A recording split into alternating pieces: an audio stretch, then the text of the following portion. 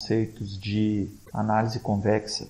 Vou começar falando sobre conjuntos e funções convexas. Se eu tenho dois pontos, P1 e P2, uma combinação linear lambda P1 mais lambda 2 P2, em que lambda 1 é um número não negativo e lambda 2 também é um número não negativo, e a soma lambda 1 mais lambda 2 é igual a 1, é uma combinação convexa. Uma combinação convexa entre dois pontos resulta em pontos na linha que liga esses dois pontos. Então, qualquer combinação convexa entre P1 e P2 vai ser um ponto nessa linha que junta os dois elementos. Se eu tenho n pontos, P1, P2, P3, vários pontos, Pn, uma combinação convexa desses pontos vai resultar em pontos naquilo que a gente chama de envoltória convexa desse conjunto de pontos. Então, todas as combinações convexas de P1 até Pn vão resultar em pontos que estão dentro dessa área vermelha. Isso daqui, essa área,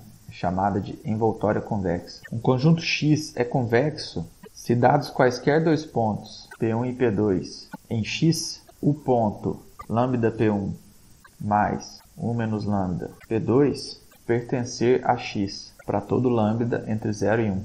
Isso aqui é uma combinação convexa de P1 e P2. Então, se eu tenho um conjunto e para quaisquer dois pontos dentro desse conjunto, todas as combinações convexas desses dois pontos também estiverem dentro do conjunto, esse meu conjunto é convexo. Então, por exemplo, esse conjunto aqui, para quaisquer dois pontos que eu pegar aqui dentro, todos os pontos na reta que liga P1 a P2 estão em X. Então, esse conjunto é convexo. Esse outro conjunto aqui tem pontos P1 e P2, tais que os elementos na reta que liga esses dois pontos não pertencem ao conjunto. Alguns dos elementos nessa reta não pertencem ao conjunto. Então, no caso, esse conjunto ele não é convexo. Conceito de ponto extremo.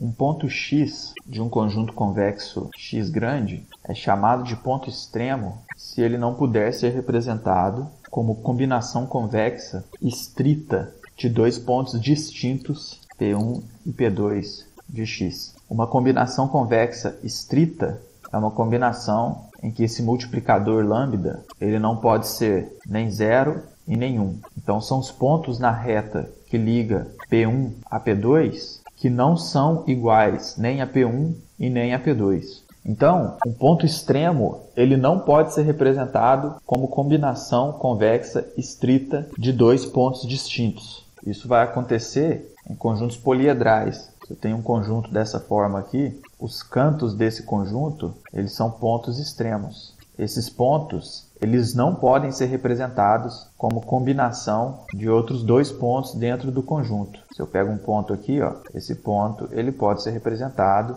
como combinação estrita de outros dois pontos dentro do conjunto. Porém, esses pontos que estão no canto não podem ser representados dessa forma. Então, esses pontos são pontos extremos. Depois nós vamos ver que em um problema de programação linear, que tem uma solução ótima, sempre vai existir um ponto extremo ótimo. Ou seja, se nós pegarmos o poliedro que define a região viável do problema de programação linear, sempre vai existir uma solução ótima, sempre vai existir um ponto extremo ótimo.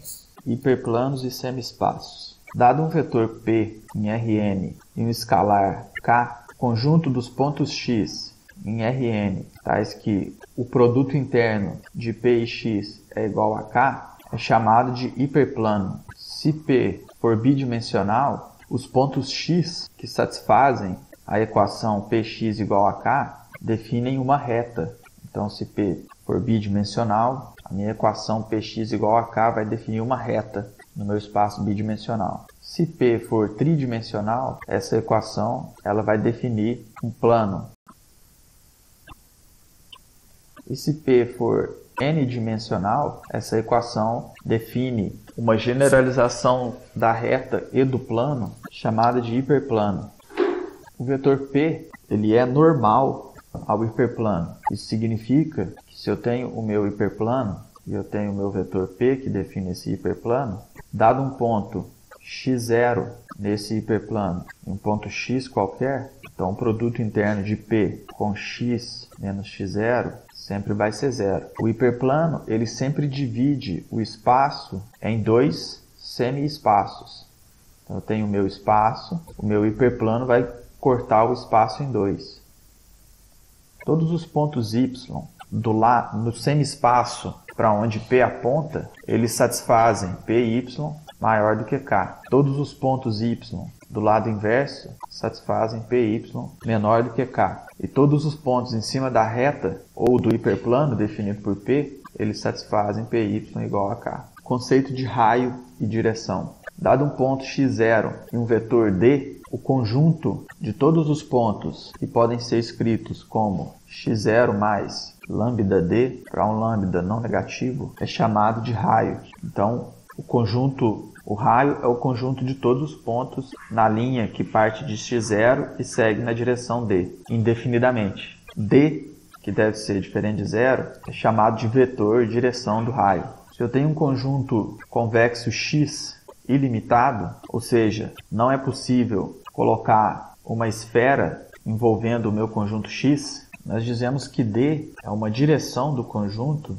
se para todo x0, para todo ponto x0 nesse conjunto, o ponto x0 mais lambda D também pertencer ao conjunto. Ou seja, se D é uma direção do conjunto, isso significa que eu posso caminhar na direção de D indefinidamente e eu ainda vou estar dentro do conjunto. Se o meu conjunto X for poliedral, isso significa que X é a interseção de um conjunto de semi-espaços, e nesse caso X é o conjunto de pontos que satisfaz um conjunto de restrições lineares. Todo X, por exemplo, tal que A, X menor ou igual a B e X maior ou igual a zero.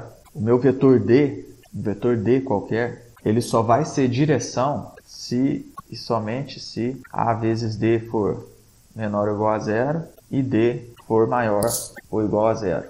Para verificar isso, é só notar que se algum ponto x for escrito como x0 mais lambda vezes uma direção, e esse ponto também pertencer ao conjunto, então ele tem que satisfazer a x menor ou igual a b e x maior ou igual a zero. Como o x é escrito dessa forma, nós temos que a x0 lambda d tem que ser menor ou igual a b e x0 mais lambda d tem que ser maior ou igual a zero. Para que isso aqui seja satisfeito para todo lambda maior ou igual a zero, o meu d tem que ser não negativo, senão uma das componentes vai chegar uma hora que vai se tornar negativa. Já essas restrições aqui de cima, para que elas sejam satisfeitas para todos os lambdas não negativo, eu posso reescrever essa restrição como sendo AX0 lambda AD menor ou igual a B. Como x0 ele é fixo, eu posso passar isso para o lado de cá.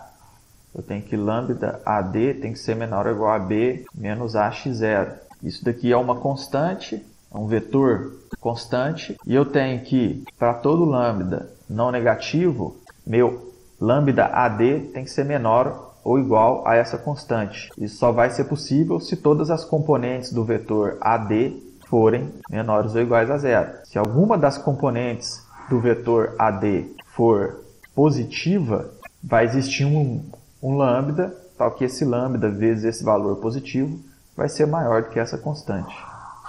Se o meu conjunto poliedral ele for ilimitado, significa que nós temos uma direção. Existe um vetor D na direção do qual eu posso caminhar indefinidamente sem sair de dentro do meu conjunto X. Se esse meu vetor D ele não puder ser representado como combinação positiva de duas direções distintas, então ele é chamado de direção extrema. Então nesse exemplo, esse D ele poderia ser representado como combinação positiva das direções aqui D1 e D2. Então ele não é uma direção extrema. Por outro lado, se a gente pegar essa face aqui do poliedro, ela define uma direção. E essa direção ela não pode ser representada como combinação de nenhum outro par de direções distintas. A mesma coisa, essa direção definida por essa face aqui. Ela não pode ser representada por duas direções distintas, porque senão uma das direções teria que estar fora do meu conjunto. Então elas definem direções extremas. E o conjunto dos pontos que está em cima de uma direção extrema é chamado de raio extremo. Nós chamamos de cone convexo o conjunto convexo C, tal que se x está em C, então lambda x também está em C, para todo lambda não negativo. Isso significa que se esse elemento aqui está no meu conjunto, que é a origem, todos os pontos que passam pela origem e pelo meu ponto x, eles também estão nesse conjunto. Então, se eu tenho um conjunto que tem essa propriedade, esse conjunto é chamado de cone. Então, isso daqui é um cone convexo, porque para todo ponto dentro desse conjunto, dentro desse cone, o raio que sai da origem e passa pelo meu ponto, ele também está dentro do conjunto. Todos os pontos em cima dessa linha estão dentro do conjunto. Um cone, ele é completamente caracterizado pelas suas direções extremas. Então, se eu conheço as direções extremas desse cone, eu posso escrever o meu cone como uma combinação não negativa dessas direções. Então, se eu conheço as direções extremas do cone, esse conjunto aqui me dá todos os pontos que estão dentro desse cone. Funções côncavas e convexas. Uma função f é convexa se, dados dois pontos quaisquer, nós temos que, se a gente pegar uma combinação convexa de x1 e x2, então esse ponto aqui ele pode ser escrito como lambda x1 mais 1 menos lambda x2. Essa função vai ser convexa se o valor dela nesse ponto ele for menor ou igual que a combinação dos valores da função no ponto x1 e no ponto x2, para todo lambda entre 0 e 1. Então isso quer dizer que se eu tenho a minha função, e está aqui o meu ponto x1, aqui o meu ponto x2, os pontos que estão aqui são as combinações convexas de x1 com x2. Essa condição ela está dizendo que se eu traçar uma linha do ponto de x1 na função até o ponto de x2 na função, ela tem que estar acima dos pontos da função definidos pelas combinações convexas de x1 com x2. Então essa linha aqui tem que estar acima ou ser igual, os valores da função para os pontos que estão entre x1 e x2. Isso para quaisquer x1 e x2. Essa outra função aqui ela não seria convexa, porque se eu pegar x1 e x2 aqui, então tem pontos que não estão abaixo dessa linha.